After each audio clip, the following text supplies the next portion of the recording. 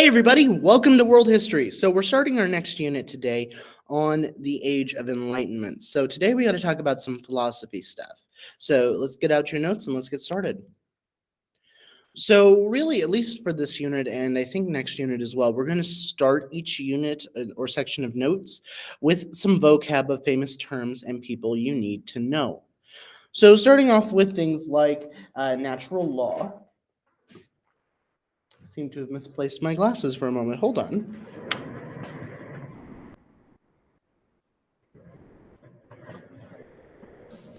That's better. So, natural law are rules discovered by reason. And then we have two famous people we're going to talk about this unit, Thomas Hobbes and John Locke. Both were based in the 17th century, and they both wrote famous works. Hobbes wrote Leviathan, and Locke wrote the two treatises on government. We'll talk more about those in a little bit. You have the idea of a social contract, or Hobbes' personal proposal for an organized society in which people enter into an agreement, accepting a powerful government in exchange for their freedom. You also have natural rights, which was Locke's view of rights belonging to all people at birth, including the right to life, liberty, and property.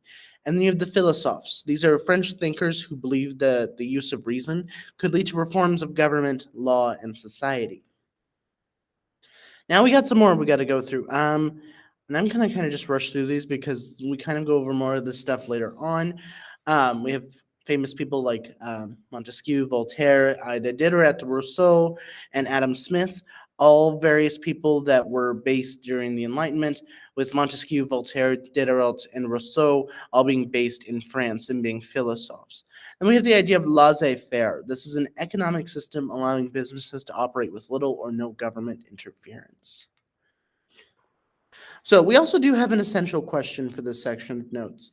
What effects did the Enlightenment philosophers have on government and society? Now, it's important to note the Enlightenment and their ideas sparked a lot of changes in government and society throughout Europe and even here in the United States. We'll talk about that in a couple days. Now, encouraged by ideas such as natural law and social contracts, people started to challenge that structure of governments and society that was there since the Middle Ages. So, really going against things like kings and royalty, those sorts of things. We'll talk more about that later. So, by the early 1700s, European thinkers felt that nothing was beyond the reach of the human mind. Remember, we ended last unit with a scientific revolution. This convinced educated Europeans of the power of human reason and an idea known as natural law, or governed forces such as gravity and magnetism. So it brought about a question. Could human reason be used to better understand social, economic, and political problems? Now, this approach had been used to understand natural forces such as gravity and magnetism. And in this way, the scientific revolution led to a new revolution in thinking, that is, known as the Enlightenment. Now, again, like I mentioned, we've already kind of started talking about Hobbes and Locke. They used reason to examine social structures, and they came to very different conclusions. So Hobbes favored an absolute monarchy. People formed social contracts because only a powerful government could ensure social order. Now, Locke, on the other hand, favored a limited government. Only governments with limited power which are accepted by all citizens and protected the natural rights of the people. Locke's idea of government is what we actually have here in the United States. Now, like I mentioned, in France, the Philosophes applied the methods of science to understand society. We have Diderot, who edited and published the Encyclopedia to change the general way of thinking. Voltaire defended freedom of thought through his writings. Montesquieu published The Spirit of Laws and advocated the idea of separation of powers in government. So think like a multiple branch government system like what we have here in the United States. And then you have Rousseau, who wrote The Social Contract, who promoted the idea that people in their natural state were essentially good. Now, the French government and the Catholic Church opposed the idea of the Philosophes. Voltaire, this gentleman pictured here, was actually imprisoned and forced into exile, and his books were banned and burned. Still, though, he continued to defend freedom of speech to the French. He actually said, once my trade is to say what I think. And he didn't let the fact that the church or even the French government didn't like him to stop him from saying his mind. So, the Philosophes did not apply their ideas of freedom and equality to women. We're still very much in a period of history where women were very much on the back burner in terms of social advancement. We're still about another 150 so odd years away from that before we really get to that.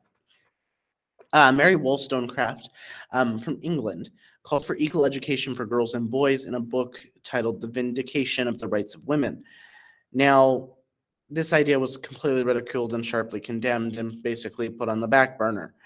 But it would really be a major influence to the women's rights movements going forward in history.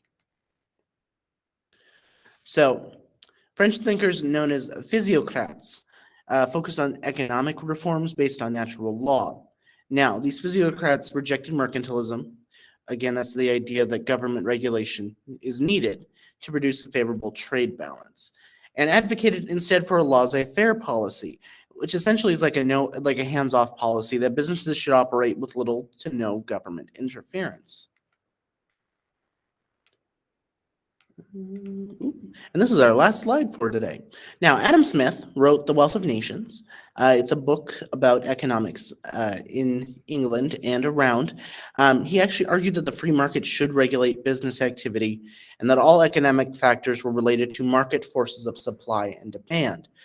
However, although Smith did support laissez-faire, he also believed that the government had a duty to protect society, administer justice, and provide public works. So, on top of advocating for like a hands-off approach for the economy, Smith still argued for the fact that there should be a government that was involved in the everyday to day lives of people, regardless, because the government did have a duty to protect its citizens. All right. So, your assignment for today is the Chapter 17 People to Know worksheet, which is posted on Google Classroom. I'll see y'all next time. Bye, everyone.